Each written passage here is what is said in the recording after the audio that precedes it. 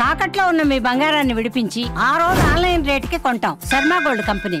Media మీ ద్వారా రాష్ట్రాన్ని కాపాడదాం.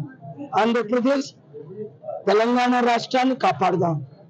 ఇలాంటి హత్యలు జరగకుండా చూద్దాం.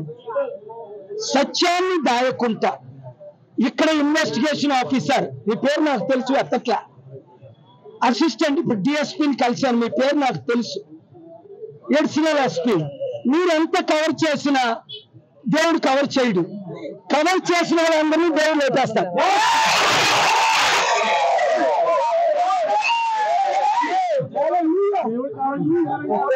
దేవుడు క్షమించను, నేను క్షమించను, లక్షల కోట్ల మంది నా ఫాలోవర్స్ క్షమించరు, దేవుని బిడ్డలు క్షమించరు. రాజకీయాలు పక్కన పెడదాం, ఇక్కడ సత్యాన్ని బయట పెడదాం. పోస్ట్ మార్టం రిపోర్ట్స్ రిలీజ్ చేయండి, లేదా సిబిఐ ఎంక్వైరీ.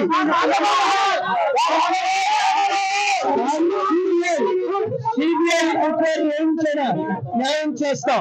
పోస్ట్ మార్టం ఎంపికలు చేయటం ఇది నేను డెడ్ బాడీని కూడా చూశాను కదా. ఇలా యాక్సిడెంట్ అయితే ఇలా కత్తులతో పోట్లు ఉంటాయా? 10 పోట్లు కళ్ళతో చూశాను కదా, ప్రేయర్ చేశాను. ఇది యాక్సిడెంటా? ఎవరికి ఇమీడియట్ గా మీరు ఎక్కడి నుంచి వాళ్ళు రప్పించారు? ఎవరు చేయించారు? రాజకీయం చేయకండి, న్యాయం చేయండి, లేదా దేవుడు నేను ప్రజలు కలిసి through our investigation that it is not an accident, it is a clear-cut murder according to our preliminary investigation. The questions raised by these leaders that I am supporting, why the CCTV footage is not released, why and where and when and who murdered Pastor Praveen Kumar.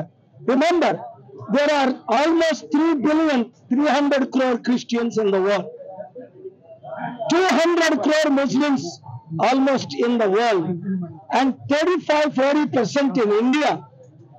We need peace-loving Hindus and Muslims and Christians to live together.